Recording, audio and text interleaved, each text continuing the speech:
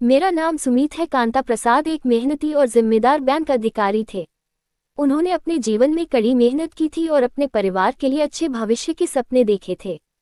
उनके दिमाग में सबसे बड़ी इच्छा थी कि उनका बेटा सुमित उच्च शिक्षा प्राप्त करे और जीवन में सफल हो।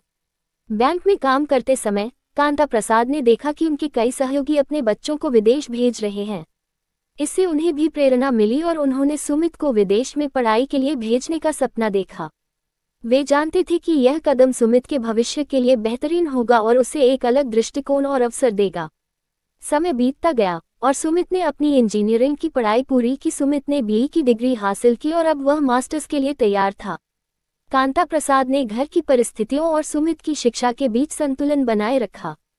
उन्होंने अपनी सेवाएं जारी रखते हुए न केवल सुमित की पढ़ाई का खर्च संभाला, बल्कि घर की आवश्यकताओं का भी ध्यान रखा। अंततः वह दिन आ ही गया जब सुमित को ऑस्ट्रेलिया के एक प्रतिष्ठित विश्वविद्यालय में एमएस की पढ़ाई के लिए दाखिला मिल गया। पूरा परिवार इस खबर से बेहद खुश था। कांता प्रसाद ने गर्व महसूस किया और उस दिन का इंतजार करना शुरू किया जब उनका बेटा एक सफल इंजीनियर बनकर लौटेगा। इसी बीच कांता प्रसाद की सेवानिवृत्ति का समय भी आ गया। उन्होंने बैंक में अपने कार्यकाल को गर्व और संतोष के साथ पूरा किया। सेवानिवृत्ति के बाद उन्होंने अपने जीवन की एक नई शुरुआत की और अपने बचे हुए समय को परिवार और अपने शौकों में व्यतीत करने का निर्णय लिया। सुमित विदेश में अपनी पढ़ाई पूरी करने में व्यस्त था। दूसरे देश में रहते हुए उसने वहां के विभिन्न सांस्कृतिक और शैक्षिकी अनुभवों से बहुत कुछ सीखा। उसकी मेहनत ने उसे अपने पिता के सपनों के करीब पहुंचाया। वह जानता था कि उसके पिता ने कितनी मेहनत और त्याग किया है उसे इस अवसर को देने के लिए। कांता प्रसाद हर दिन सुमित की प्रगति के बारे में जानने के लिए उत्सुक रहते थे। उन्हें अपने बेटे पर गर्व था और वे उसकी उपलब्धियों का बेसब्री से इंतजार कर रहे थे। इस प्रकार कांता प्रसाद के सपनों ने सुमित के जीवन की दिशा बदली और उसे सफलता की राह दिखाई। उनके इस सपने ने न केवल एक परिवार बल्कि आने वाली पीढ़ियों को भी प्रेरित किया। कांता प्रसाद और उनकी पत्नी रमा का जीवन बहुत ही सामान्य और सुखी था। दोनों एक दूसरे का साथ पाकर अपनी लाइफ को बहुत खुशहाल तरीके से व्यतीत कर रहे थे। कांता प्रसाद की नौकरी की सेवानिवृत्ति हो चुकी थी और अब उनके पास अपने परिवार के साथ आराम और शांति पाने का समय था। घर में सुकून का माहौल था। छोटी छोटी बातें और परिवार का साथ उनका सबसे बड़ा सुख था। रमा भी गृहिणी थी जो अपने पारिवारिक कार्यों में ही खुद को समर्पित कर चुकी थी।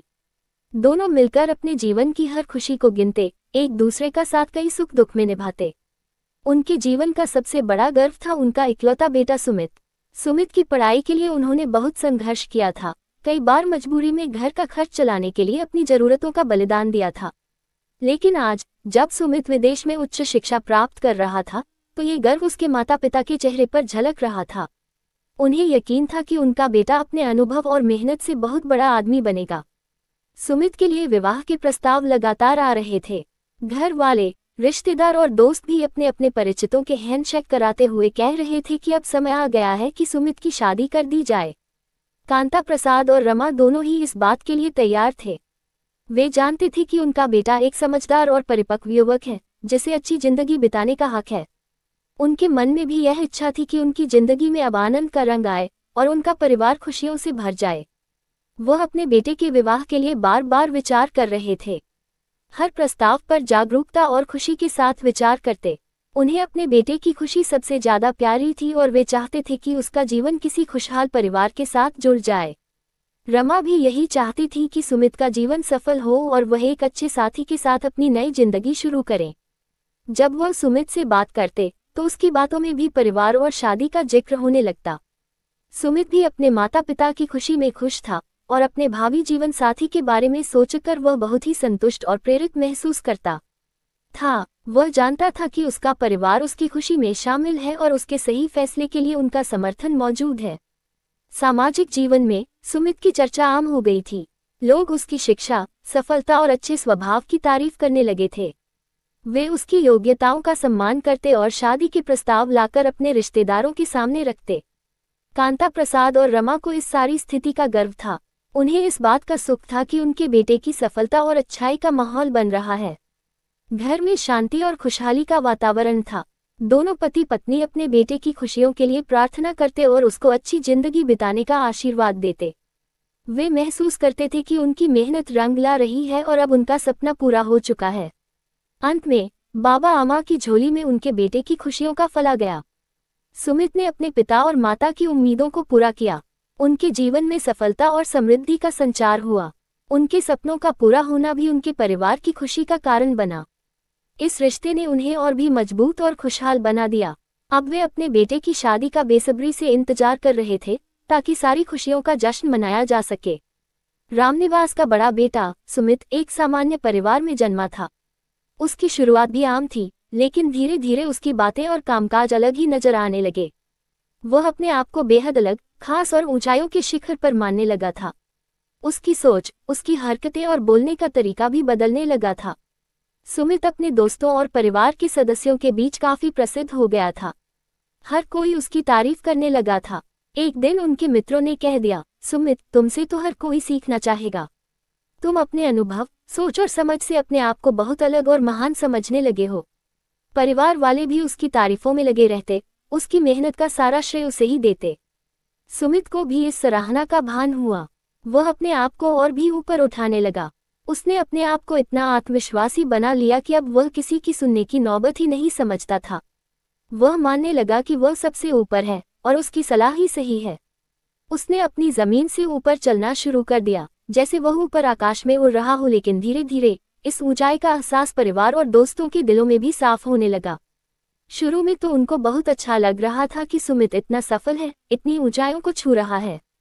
लेकिन समय के साथ साथ जब उनका अनुभव और समझदारी बढ़ी, तो उन्हें महसूस हुआ कि सुमित का अहंकार उसकी छोटी छोटी बातों को भी बहुत बड़ा बना देता है। एक दिन का वाकया है, जब सुमित अपने मित्रों के साथ बैठा था। एक मित्र ने हंसते हुए कहा, सुमित, तुम्हारी बातें सुनकर लगता है कि तुम आसमान से उतरे हो। सुमित ने जवाब दिया, हाँ, मैं ऊपर ही हूँ। नीचे रहना तो बेकार है। मेरे जैसी सोच और मेरी मेहनत ही मुझे ऊपर ले गई। मित्र उसकी बात सुनकर मुस्कुरा दिए और कहने लगे, सुमित, ऊंचाई बहुत जरूरी है, लेकिन जमीन से भी जुड़े रहना जरूरी है। अगर हम अपनी मेहनत का फल पाकर भी अपने जड़ों को भूल जाएं, तो वह सफलता अधूरी रह जाती है। धीरे धीरे सुमित को भी समझ में आने लगा कि उसकी ऊंचाई उसकी मूल जड़ों से ही जुड़ी है। जब वह अपने आप को बहुत ऊपर मानने लगा था, तो दोस्तों और रिश्तेदारों ने उससे दूरी बना ली।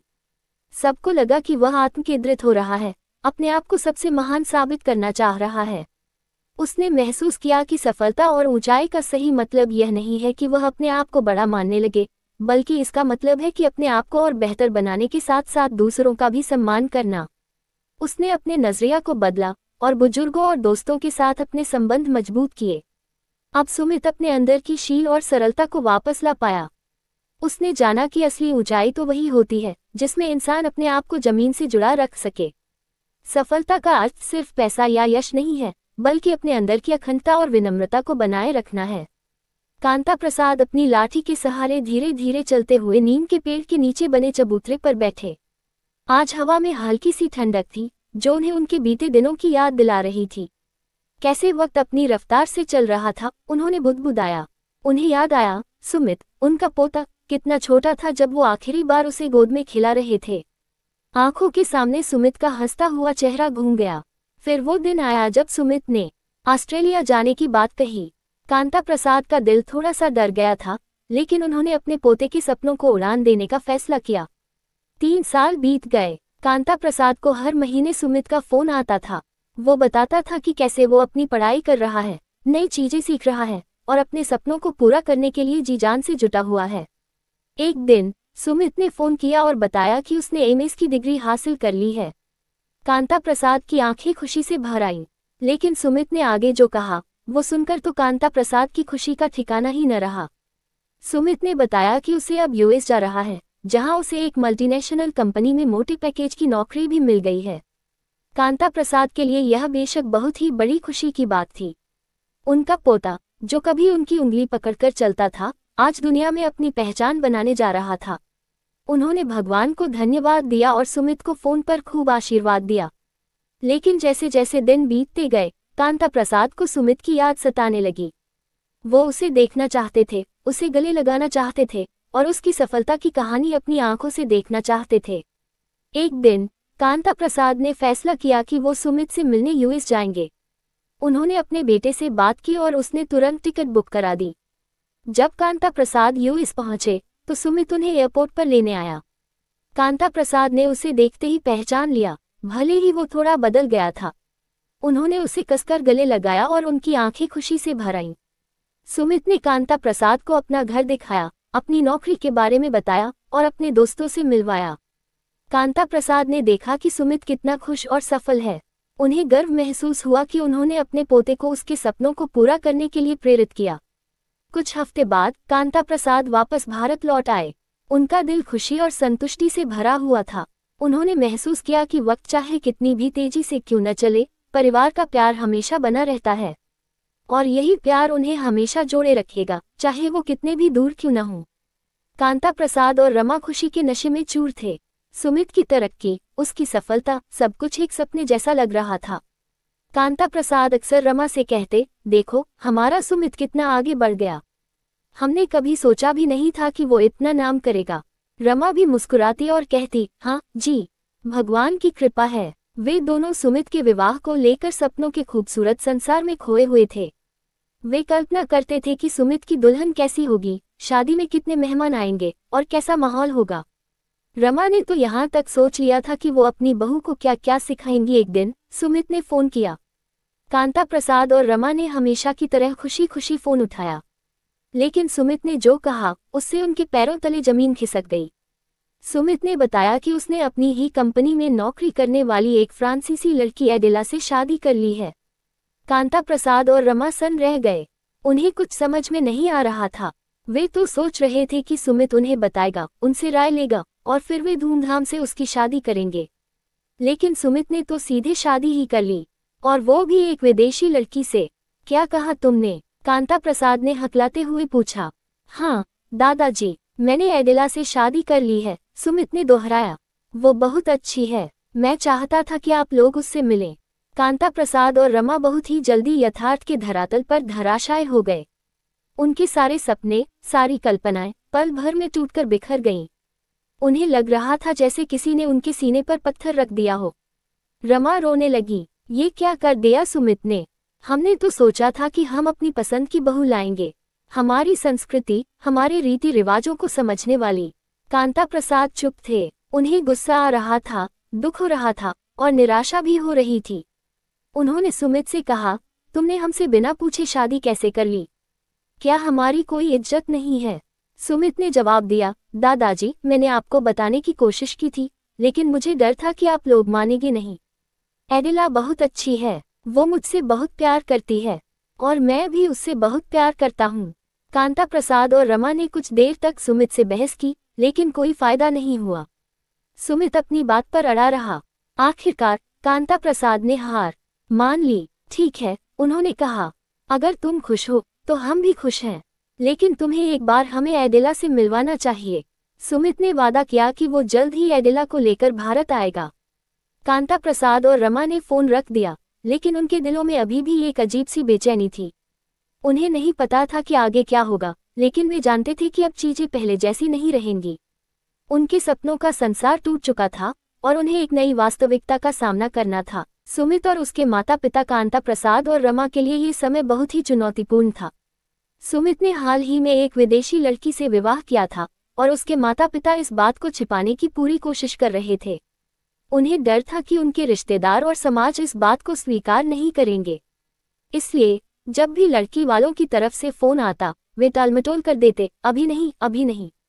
कांता प्रसाद और रमा ने सोचा था कि वे इस बात को कुछ समय तक छिपा सकेंगे, लेकिन जैसे कहा जाता है, प्यार और खांसी छिपाए नहीं छिपती। सुमित के विवाह की खबर बहुत ही जल्दी उनके करीबी रिश्तेदारों के बीच फैल गई। पहले तो ये खबर फुसफुसाहट के रूप में शुरू हुई, लेकिन जल्द ही यह चर्चा का मुख्य विषय बन गई। एक दिन सुमित की चाची ने कांता प्रसाद से पूछ ही लिया, भाई साहब, सुना है सुमित ने विदेशी लड़की से शादी कर ली है, क्या ये सच है? कांता प्रसाद ने झिझकते हुए जवाब दिया, हाँ, लेकिन ये बात अभी किसी से न कहना। लेकिन चाची ने इस बात को दूसरों से कह दिया और इस तरह खबर और भी फैल गई। रिश्तेदारों की प्रतिक्रिया अलग अलग थी। कुछ ने सुमित के फैसले की तारीफ की, जबकि कुछ ने इसकी आलोचना की। कांता प्रसाद और रमा को लगा कि उन्हें इस स्थिति का सामना करना होगा। उन्होंने सुमित से बात की और उसे समझाया कि उसे अपने फैसले के लिए खड़ा होना होगा। सुमित ने अपने माता पिता को आश्वासन दिया कि वह अपने फैसले पर अडिग है और उसे अपनी पत्नी से प्यार है। उसने कहा, मैं समझता हूँ कि यह सब नया है, लेकिन मैं चाहता हूँ कि आप लोग भी उसे स्वीकार करें। कुछ समय बाद कांता प्रसाद और रमा ने भी सुमित की पत्नी को स्वीकार कर लिया। उन्होंने महसूस किया कि प्यार और सम्मान ही सबसे महत्वपूर्ण है। रिश्तेदारों ने भी धीरे धीरे इस बात को स्वीकार कर लिया और सुमित और उसकी पत्नी ने एक खुशहाल जीवन जीना शुरू कर दिया। सुमित के विदेशी लड़की से विवाह करने के बाद उसके माता पिता कांता प्रसाद और रमा के जीवन में एक नई चुनौती आ गई थी। शुरुआत में तो उन्होंने इस बात को छिपाने की पूरी कोशिश की, लेकिन जब ये खबर फैल गई तो उनके रिश्तेदारों और करीबी लोगों की प्रतिक्रिया बहुत ही मिश्रित थी। कुछ ने इस फैसले को स्वीकार कर लिया, लेकिन ज्यादातर लोगों ने उनसे किनारा करना शुरू कर दिया। रिश्तेदारों ने कांता प्रसाद और रमा से मिलना बंद कर दिया। पहले जहां उनके घर में हमेशा मेहमानों का आना जाना लगा रहता था, वहां अब सन्नाटा पसर गया। उनके पड़ोसी भी उनसे बात करने से कतराने लगे। कांता प्रसाद और रमा को लगा कि उन्होंने समाज में अपनी प्रतिष्ठा खो दी है। वे अब खुद को बहुत ही अकेला महसूस करने लगे। उधर सुमित अपने काम में इतना व्यस्त हो गया था कि वह महीनों तक अपने माता पिता को फोन नहीं कर पाता था। जब कांता प्रसाद और रमा उसे फोन करते तो वह कभी काम में व्यस्त होने का बहाना बना देता, तो कभी मीटिंग में होने का। वह फोन काट देता और कहता, मैं बाद में बात करता हूँ। लेकिन यह बात कभी आता नहीं था। कांता प्रसाद और रमा को लगा कि उनका बेटा उन्हें भूल गया है। वे दोनों अब बिल्कुल अकेले पड़ गए थे। उन्होंने सोचा था कि सुमित का विवाह होने के बाद उनके जीवन में खुशियां लौट आएंगी, लेकिन उल्टा उन्हें और भी अधिक अकेलापन महसूस होने लगा। एक दिन कांता प्रसाद ने रमा से कहा, क्या हमने गलत फैसला किया? क्या हमें सुमित को उस लड़की से शादी करने से रोकना चाहिए था? रमा ने आंसू भरी आंखों से जवाब दिया, हमने तो बस उसकी खुशी के लिए यह फैसला किया था, लेकिन अब ऐसा लगता है कि हमने अपनी खुशी खो दी है। कुछ समय बाद कांता प्रसाद और रमा ने सुमित से सीधे बात करने का फैसला किया। उन्होंने उसे एक लंबा पत्र लिखा, जिसमें उन्होंने अपनी भावनाओं को व्यक्त किया। उन्होंने लिखा, बेटा, हम तुम्हें बहुत याद करते हैं। हमें लगता है कि तुम हमें भूल गए हो। क्या तुम हमसे मिलने आ सकते हो? सुमित को यह पत्र पढ़कर बहुत पछतावा हुआ। उसने महसूस किया कि उसने अपने माता पिता को नजरअंदाज कर दिया है। वह तुरंत अपने माता पिता से मिलने गया और उनसे माफी मांगी। उसने कहा, मैंने गलती की है, मैं आप लोगों को इतना अकेला छोड़ दिया। कांता प्रसाद और रमा ने सुमित को माफ कर दिया और उसकी पत्नी को भी अपने परिवार में शामिल कर लिया। धीरे धीरे उनके रिश्तेदारों ने भी उनसे फिर से जुड़ना शुरू कर दिया। सुमित ने अपने माता पिता के साथ अधिक समय बिताने का वादा किया और उनके जीवन में फिर से खुशियां लौट आईं। कांता प्रसाद और रमा अब बुढ़ापे की दहलीज पर पहुंच चुके थे। उनके शरीर में अब वह ताकत नहीं रही थी जो कभी उन्हें हर काम करने के लिए प्रेरित करती थी। छोटी मोटी बीमारियां अब उनका साथ नहीं छोड़ती थीं। सर्दी, जुकाम, बुखार, जोड़ों का दर्द, ये सब अब उनकी दिनचर्या का हिस्सा बन गया था। ऐसे समय में उन्हें पड़ोसियों का सहारा लेना पड़ता था। जब कांता प्रसाद को सांस लेने में तकलीफ होती तो रमा पड़ोसी के घर जाकर मदद मांगती, कभी दवाई लाने के लिए तो कभी डॉक्टर से बात करने के लिए। पड़ोसी भी उनकी मदद करने की कोशिश करते, लेकिन हर बार यह मुमकिन नहीं था कि जब उन्हें जरूरत पड़े तब पड़ोसी उनकी सेवा में हाजिर हो जाएं। एक बार रमा को तेज बुखार हो गया। कांता प्रसाद ने पड़ोसी से मदद मांगी, लेकिन उस दिन पड़ोसी खुद बीमार था। कांता प्रसाद को खुद ही रमा की देखभाल करनी पड़ी। वह उसे पानी पिलाते, गीले कपड़े से उसका तापमान कम करने की कोशिश करते, लेकिन उन्हें लगा कि उनकी उम्र और कमजोरी उन्हें इस काम के लिए पर्याप्त नहीं है। इसी बीच देश में कोरोना महामारी की दूसरी लहर ने कहर ढाना शुरू कर दिया। लोगों के घरों में अंधेरा छा गया। अस्पतालों में बिस्तर और ऑक्सीजन की कमी हो गई। लोग अपने प्रियजनों को खोने लगे। कांता प्रसाद और रमा को ये सब देखकर बहुत डर लगने लगा। एक दिन कांता प्रसाद को सांस लेने में बहुत तकलीफ होने लगी। रमा ने पड़ोसी से मदद मांगी, लेकिन इस बार पड़ोसी भी कोरोना से संक्रमित हो चुका था। रमा ने सुमित को फोन किया, लेकिन सुमित का फोन बंद था। वह घबरा गई और उसने खुद ही कांता प्रसाद की देखभाल करने की कोशिश की। रमा ने ऑक्सीजन सिलेंडर की व्यवस्था करने के लिए कई जगह फोन किया, लेकिन हर जगह से उसे यही जवाब मिला कि ऑक्सीजन उपलब्ध नहीं है। उसने अपने पड़ोस में रहने वाले एक युवक से मदद मांगी, जिसने अपनी बाइक पर कांता प्रसाद को ले जाकर अस्पताल पहुंचाया। अस्पताल में भी हालत बहुत खराब थी। बिस्तर नहीं थे, डॉक्टर और नर्स बहुत व्यस्त थे। रमा ने वहीं बैठकर कांता प्रसाद की देखभाल की। उसने उन्हें पानी पिलाया, उनकी दवाई का इंतजाम किया। कुछ दिनों बाद कांता प्रसाद की हालत में सुधार आने लगा। वे धीरे धीरे ठीक हो रहे थे। रमा ने उन्हें घर ले जाने का फैसला किया। घर आकर उन्होंने सुमित को फिर से फोन किया। इस बार सुमित ने फोन उठाया। उसे अपने माता पिता की हालत जानकर बहुत पछतावा हुआ। सुमित ने तुरंत अपने माता पिता के पास आने का फैसला किया। वह उनके साथ रहने लगा और उनकी देखभाल करने लगा। उसने उन्हें वादा किया कि अब वह उन्हें कभी अकेला नहीं छोड़ेगा। कोरोना की इस दूसरी लहर ने कांता प्रसाद और रमा को यह एहसास दिलाया कि उन्हें अपने बेटे की जरूरत है। सुमित ने भी महसूस किया कि उसने अपने माता पिता को नजरअंदाज कर दिया है। अब वह उनके साथ रहकर उनकी देखभाल करने का फैसला कर चुका था। धीरे धीरे उनके जीवन में फिर से खुशियां लौट आईं। सुमित ने अपने माता पिता को वह सारा प्यार और देखभाल दी जिसकी उन्हें जरूरत थी। कोरोना की इस महामारी ने उन्हें एक बार फिर से एकजुट कर दिया था। कोविड-19 महामारी के कारण लगे लॉकडाउन ने सभी के जीवन को गहरी छाप से प्रभावित किया। इसी दौर की एक कहानी है अपने छोटे से परिवार की, जिसमें रमा और कांता प्रसाद रहते थे।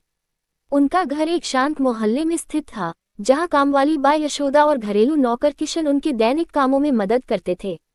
लॉकडाउन के आरंभ होते ही यशोदा ने आना बंद कर दिया। उसके पास अपने बच्चों की जिम्मेदारी थी और वह संक्रमण के डर से बाहर नहीं निकलना चाहती थी। दूसरी ओर किशन, जो एक छोटे से गांव का रहने वाला था, जल्द ही अपने परिवार के पास लौट गया। वह भी इसी भय के साए में जी रहा था कि रिश्तेदारों के करीब रहना उसकी प्राथमिकता थी।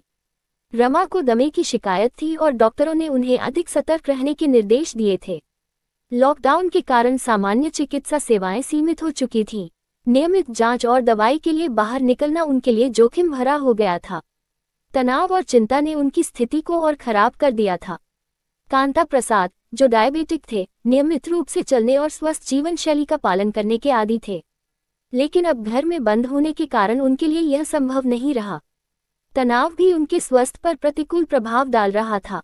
अपनी हालत से चिंतित, वे अपने इंसुलिन के स्तर को नियंत्रित करने के लिए लगातार तनाव में रहने लगे थे। हालांकि इस मुश्किल समय में दोनों अपने आप को व्यस्त रखने और सकारात्मक रहने के प्रयास करने लगे। रमा ने घर पर हल्की योग और सांस लेने के अभ्यास शुरू किए, जिससे उन्हें कुछ राहत मिली। वहीं कांता प्रसाद इंटरनेट पर कई नए व्यंजनों के बारे में पढ़कर उन्हें घर पर बनाना सीखने लगे, जो उनके डायबिटिक आहार के अनुकूल थे। इस दौरान दोनों ने महसूस किया कि उनके बीच का साथ ही उनकी सबसे बड़ी ताकत है। ये कठिन समय उनके रिश्ते को और भी मजबूत बना गया था।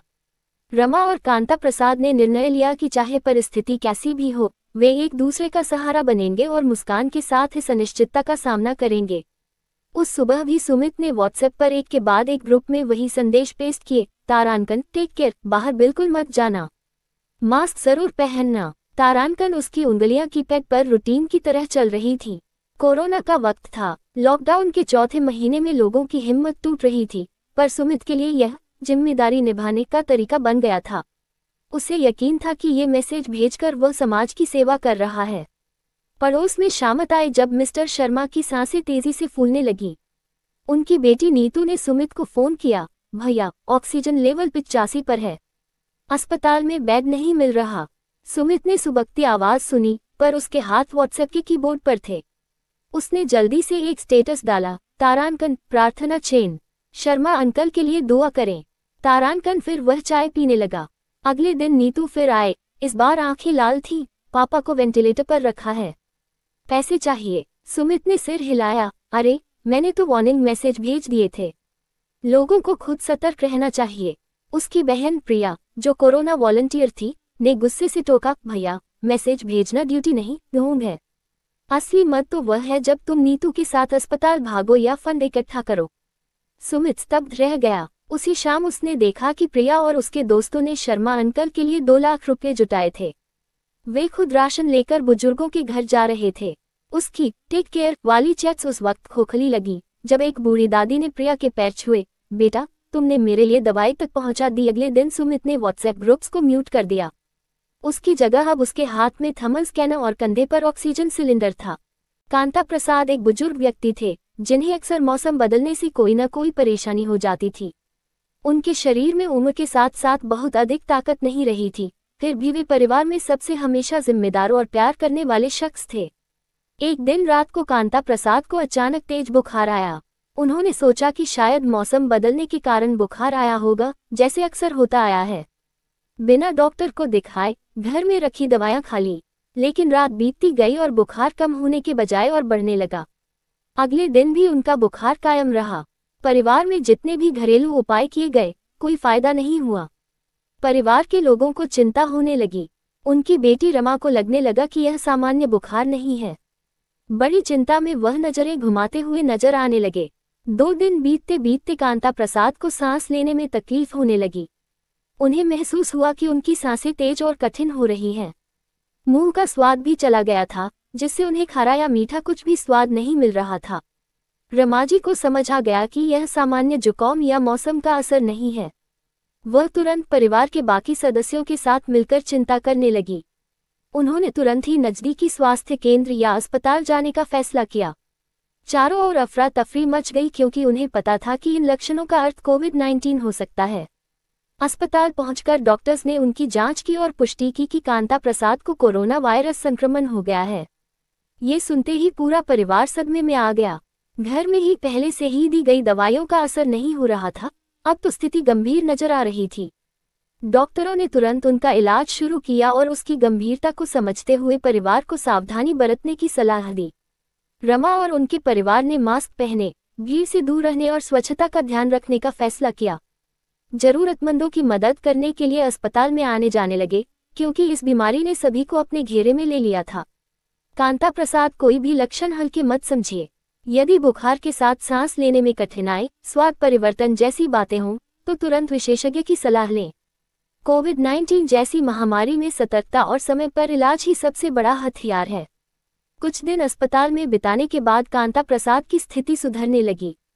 परिवार का एक बार फिर से उनकी देखभाल और प्यार ने उन्हें जल्दी ठीक होने में मदद की। यह घटना परिवार और समुदाय को सजग करती है कि अपने स्वास्थ्य का ध्यान रखना जरूरी है और कोविड-19 के लक्षणों को नजरअंदाज नहीं करना चाहिए। रात के करीब 1 बजे का समय था। अंधेरा घना हो चुका था और चारों ओर सन्नाटा पसरा हुआ था। ऐसे में अचानक फोन की घंटी बज उठी। ये कॉल किसी अनजाने नंबर से थी। जब उसने फोन उठाया तो बड़ी ही बेचैनी और घबराहट भरे स्वर में किसी ने कहा, अतुल, जल्दी करो, कांति प्रसाद के घर कुछ बहुत बुरा हो रहा है। ये सुनते ही अतुल के भीतर का डर और चिंता दोनों जाग गए। अतुल को यह खबर पूरी तरह से चौंका गई थी। उसने तुरंत ही यह महसूस किया कि यह गंभीर स्थिति है। उसने अपने पिता को तुरंत बुलाया। दोनों ने एक साथ ही इस स्थिति का मुकाबला करने का निर्णय लिया। अतुल ने तुरंत ही अपने मोबाइल से सामाजिक संस्था से संपर्क किया और उनसे आग्रह किया कि वह एम्बुलेंस भेजें। थोड़ी ही देर में संस्था ने तुरंत ही एम्बुलेंस भेजने का आश्वासन दिया। भागदौड़ और उत्सुकता भरा रास्ता अतुल और उसके पिता दोनों ही तेजी से वाहन की ओर बढ़े। रास्ते में अतुल का मोबाइल लगातार बेड की उपलब्धता की तलाश में फोन कर रहा था। अस्पतालों का नंबर लेकर वह पूछ रहा था कि क्या वहां बेड खाली है। उसे पता था कि समय बहुत महत्वपूर्ण है, इसलिए वह हर पल को तेजी से बिताना चाहता था। इस बीच उसकी आंखों में चिंता और उससे जुड़ी घबराहट साफ झलक रही थी। ये भी दिखाता है कि समाज में ऐसे संस्थान कितने महत्वपूर्ण होते हैं, जो जब भी हमें जरूरत हो हम पर भरोसा कर सकते हैं। संस्था ने तुरंत ही कार्रवाई की। अपने कर्मठ कर्मचारियों को भेजकर जल्दी से क्षणिक मदद पहुंचाई। अतुल का जैसे एक मिशन बन चुका था कि वह इस स्थिति में किसी भी कीमत पर देरी नहीं करेगा। रास्ते में ट्रैफिक जाम था, कई बार रास्ता रुक गया, फिर भी उसने धैर्य नहीं खोया। अपने पिता के साथ मिलकर वह हर मुश्किल का सामना कर रहा था। वहां का हर सेकंड उसकी चिंता को बढ़ाता जा रहा था कि शायद बेड तुरंत उपलब्ध न हो या फिर किसी और समस्या का सामना करना पड़े। जब वह घर के पास पहुंचा तो पता चला कि अस्पताल में बेड का इंतजाम हो चुका है। वहां की स्टाफ ने तुरंत ही प्राथमिक उपचार शुरू कर दिया। अतुल और उसके पिता ने राहत की सांस ली। वह घटना उनके जीवन का उस समय का सबसे बड़ा अनुभव बन गया। रात का समय था, करीब 2 बजे का घंटा। हर तरफ सन्नाटा पसरा हुआ था, लेकिन अंदरूनी तौर पर हर कोई बेचैन था। कांता प्रसाद का मन भारी था। उसने कई अस्पतालों से संपर्क किया था, पर वहां से केवल नकारात्मक उत्तर ही मिला था। हर जगह से निराशा ही मिली, मानो उसके हाथ कुछ भी नहीं आ रहा हो। उसकी आंखों में उम्मीद रखी थी कि शायद कोई अस्पताल उसकी बात सुने और रमा का जीवन बचाने का मौका मिले। लेकिन जब उसे हर जगह से निराशा मिली, तो उसे अपने दिल को मजबूती देना पड़ा। फिर अचानक एक छोटी सी ख्वाहिश जागी। उसके एक मित्र ने सूचित किया कि एक अस्पताल में एक बेड खाली है। ये खबर कांता के लिए किसी बदलाव से कम नहीं थी। उसने अपने कदम तेजी से बढ़ाए और उस अस्पताल पहुंच गया। उसने डॉक्टर से बात की और तंबीह मिली कि रमा को तुरंत ही भर्ती कर लिया गया है। ये खबर सुनकर कांता प्रसाद का दिल हल्का हुआ, लेकिन चिंता अभी भी दूर नहीं हुई थी। उसे बस यह आशा थी कि रमा का इलाज जल्द से जल्द शुरू हो जाएगा। रात के उस टहलते वक्त कांता प्रसाद की चिंता बढ़ने लगी कि शायद उसकी कोशिशें अभी भी अधूरी हैं। वह सोच रहा था कि कैसे रमा के जीवन को सुरक्षित किया जाए। वह अपने घर से निकला, फोन पर अतुल से बात की। अतुल उसकी चिंता समझ गया और कहा, कांता, तुम तैयार हो जाओ। अस्पताल में रमा की देखभाल के लिए हम सब मिलकर उसकी मदद करेंगे। अतुल का आश्वासन और समर्थन कांता के मन का बोझ हल्का कर गया। जैसे ही वह अस्पताल पहुंचा, देखा कि रमा को कोरोना वार्ड में भर्ती किया गया है। वहां का माहौल गंभीर था, लेकिन उम्मीद भी थी कि सही उपचार से वह ठीक हो जाएगी। ट्रीटमेंट शुरू हुआ और डॉक्टर्स हर संभव कोशिश कर रहे थे। रमा की आंखें धीरे धीरे खुलने लगीं। उसकी आंखों में दर्द, घबराहट और भय का मिश्रण था, पर सबसे अधिक जो चीज दिख रही थी वह था आंसुओं का रूप धारण कर नीर का उसके गालों को भिगोना। ये दृश्य कांता के दिल को तोड़ने वाला था। उसने देखा कि रमा की आंखों में एक भाव था जो इस दर्द और संघर्ष का प्रतीक था। उस दर्द भरे पल को देखकर कांता प्रसाद ने अपने अंदर से एक आवाज सुनी। उसने अपने मोबाइल से कहा, रमा, तुम बिल्कुल भी अकेली नहीं हो। हम सब तुम्हारे साथ हैं। तुम बस धीरे धीरे ठीक हो जाओ। तुम्हारे इस संघर्ष को हम सब मिलकर पार कर लेंगे। इसी उम्मीद और प्यार के साथ रमा का इलाज जारी रहा। उसकी हिम्मत भी बढ़ने लगी थी। ये कहानी हमें ये भी सिखाती है कि चुनौतियों का सामना हिम्मत, धैर्य और सद्भाव से किया जाए। हर मुश्किल के बाद आसानी छुपी होती है, बस हमें उस प्रकाश की ओर देखना होता है। राधा ताईजी के चेहरे पर आंसू साफ दिखाई दे रहे थे। उनका चेहरा चिंता और असमंजस से भरा हुआ था। उनके हाथ में ताऊजी का हाथ पकड़कर उन्हें उम्मीद और सब्र दिलाने की पूरी कोशिश कर रही थी। ताईजी, प्लीज आंसू न बहाओ, राधा ने कहा। उनकी आवाज में नरमी और समझदारी थी। अब चिंता की कोई बात नहीं है। ये शहर का सबसे अच्छा अस्पताल है और डॉक्टर बहुत ही अनुभवी हैं। ताऊजी जल्दी ही स्वस्थ हो जाएंगे।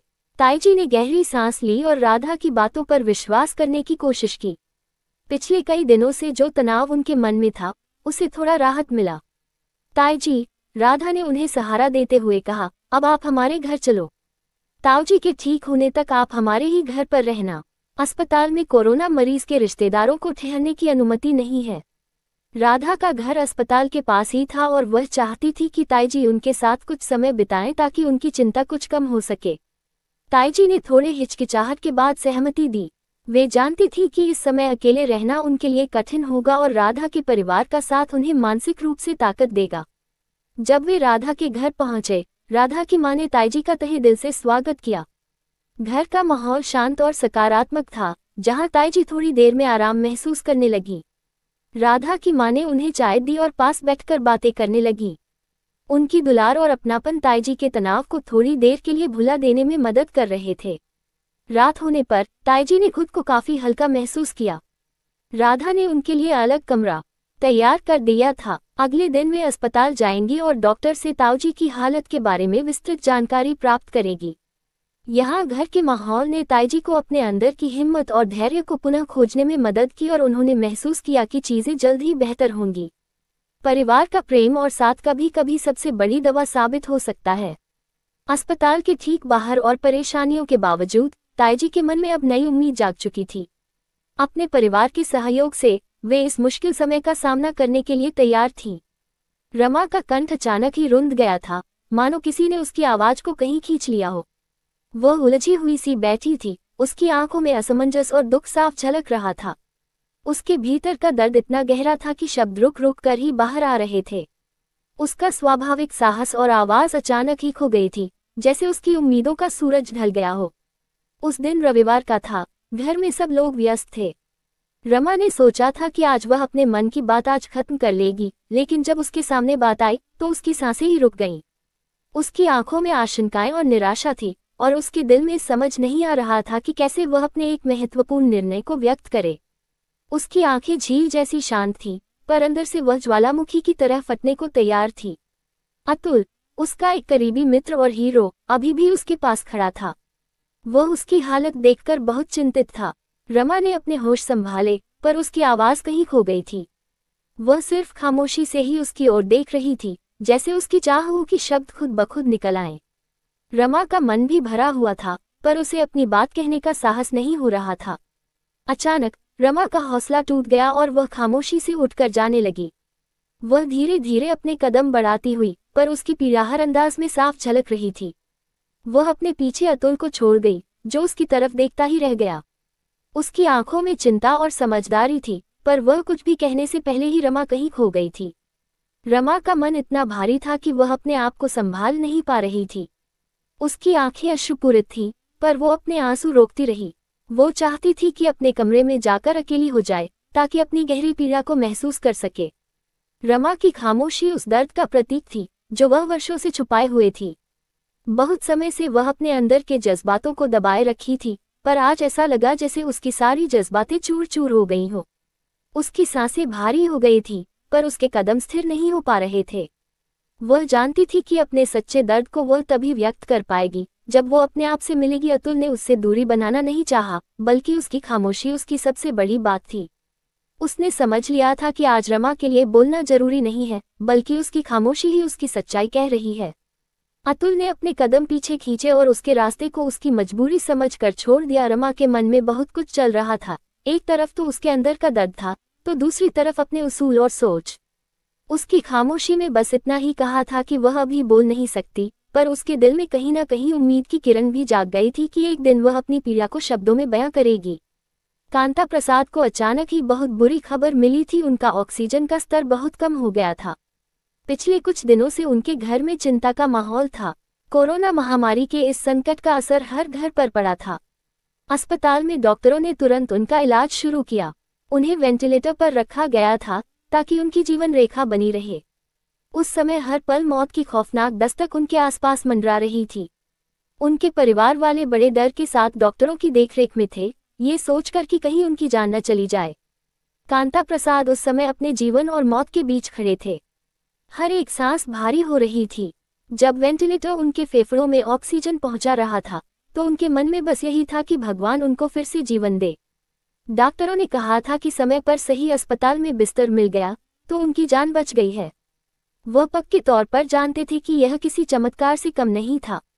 कुछ ही दिनों बाद जब उनके हालत में सुधार आने लगा, तो डॉक्टरों ने उन्हें जनरल वार्ड में शिफ्ट कर दिया। कांता प्रसाद को इस बात की खुशी तो थी, लेकिन साथ ही साथ उनके मन में एक डर भी घर कर गया। अब उनकी जिंदगी पहले जैसी नहीं थी। वह समझ रहे थे कि यह महामारी इंसान को इंसान से दूर कर रही है। अस्पताल में बाहर के करुणाजनक दृश्य, मास्क, सोशल डिस्टेंसिंग और हर तरफ सन्नाटा, ये सब देखकर मन भारी हो गया। उनके मन ही मन सोच रहे थे कि यदि उनके साथ ऐसा अतुल न आता तो उनका क्या दशा होती। अतुल, जो उनके परिवार का ही सदस्य था, बहुत ही मददगार और संवेदनशील व्यक्ति था। उसने हर पल कांता प्रसाद का ख्याल रखा। जब वह अस्पताल में थे तो अतुल उनके लिए हर जरूरी सामान लाता, उन्हें हिम्मत देता और उनके साथ खड़ा रहता। वह उनके साथ घंटों बातें करता, उनका ख्याल रखता। ये सब देखकर कांता प्रसाद का हौसला भी बढ़ गया। उनके जीवन ने इस कोरोना महामारी का कड़वा सच दिखाया। आज इंसान अपने साथी से दूर हो गया है। परिवार से, मित्रों से, रिश्तेदारों से, सबको सोशल डिस्टेंसिंग ने अलग कर दिया है। न मिल पाना, न गले मिलना, न हाथ मिलाना, सब कुछ जैसे रुक गया हो। बावजूद इसके जीवन का संघर्ष जारी रहा। उस वक्त उन्हें महसूस हुआ कि इंसान की सबसे बड़ी ताकत उसकी उम्मीद और सहयोग है। यदि हमें अपने साथ रहने वालों का सहारा मिले तो हम किसी भी कठिनाई का सामना कर सकते हैं। जब कांता प्रसाद को अस्पताल से छुट्टी मिली तो उनके मन में एक नई आशा जागी। उन्होंने मन ही मन संकल्प किया कि वे इस महामारी के समय में भी हिम्मत नहीं हारेंगे। वह जानते थे कि इस समय का सामना करना आसान नहीं है, लेकिन हमें अपने स्वास्थ्य का ध्यान रखना है और दूसरों की मदद भी करनी है। बहुत समय पहले की बात है, जब कोरोना महामारी ने दुनिया भर में हाहाकार मचा रखा था। लोगों के दिलों में डर और अनिश्चितता का माहौल था। इस संकट की घड़ी में हर कोई अपने ही स्वास्थ्य और सुरक्षा की चिंता में डूबा हुआ था। ऐसी ही एक जगह पर राम प्रसाद जी रहते थे, जिनका परिवार भी इस महामारी से अछूता नहीं था। राम प्रसाद जी के बेटे सुमित, जो कि शहर में रहते थे, उन्होंने अपने परिवार से दूरी बनानी शुरू कर दी थी। हालांकि वो वक्त की जरूरत थी, लेकिन सुमित ने इस दूरी को एक औपचारिक रिश्ते के रूप में बदल दिया था। उनकी व्यस्त जीवन शैली और शहर की चमक धमक में उनका परिवार केवल एक औपचारिकता बनकर रह गया था। इस बीच उनके पड़ोसी अतुल ने वक्त पर राम प्रसाद जी की सहायता की। अतुल एक साधारण व्यक्ति था, किंतु उसका दिल बहुत बड़ा था। जब राम प्रसाद जी की तबीयत बिगड़ गई और उन्हें तुरंत अस्पताल की आवश्यकता थी, तब अतुल ने अपनी जान की परवाह किए बिना उन्हें अस्पताल पहुंचाने का जिम्मा उठाया। अस्पताल में भी अतुल ने यह सुनिश्चित किया कि राम प्रसाद जी को किसी भी प्रकार की दिक्कत न हो। उनका हर संभव ध्यान रखा और उनके साथ कंधे से कंधा मिलाकर खड़ा रहा। ये वह पल था जब राम प्रसाद जी को एहसास हुआ कि असली रिश्ता वह नहीं जो खून का होता है, बल्कि वह है जो दिल से होता है। महामारी के इस कठिन समय में अतुल ने जो मानवता का उदाहरण प्रस्तुत किया, वह अद्वितीय था। ये देख राम प्रसाद जी ने मन ही मन तय किया कि अब अपने बेटे सुमित से औपचारिकता निभाने से बेहतर है कि वो अतुल को ही अपने परिवार का हिस्सा समझें। समय बीतता गया और महामारी का खतरा भी कुछ कम हुआ, लेकिन इस बीच राम प्रसाद जी और अतुल के बीच एक अनमोल रिश्ता बन गया था, जो ये दर्शाता था कि जब परिवार ही दूरियां बना ले, तब पड़ोसी भी परिवार बन सकते हैं। ये कहानी सिर्फ राम प्रसाद जी और अतुल की नहीं थी, बल्कि यह उन सभी के लिए प्रेरणा थी जिन्होंने महामारी के समय में अपने रिश्तों की असली परीक्षा दी। राम प्रसाद जी को समझ में आ गया था कि कभी कभी खून का रिश्ता भी कम पड़ जाता है और इंसानियत का रिश्ता ही सबसे बड़ी पूंजी होती है। यही सोचते हुए उन्होंने भविष्य में अतुल को अपने परिवार का अभिन्न अंग बनाने का निर्णय लिया और उसे अपने बेटे से भी बढ़कर अपने जीवन में स्थान दिया। बहुत है, पूरी कहानी सुनाओगे, लेकिन सबसे पहले आपसे निवेदन है कि हमारे चैनल को सब्सक्राइब जरूर करें, क्योंकि घंटे लग जाते हैं वीडियो को बनाने के लिए। आप प्यारे दोस्तों के लिए ही तो प्लीज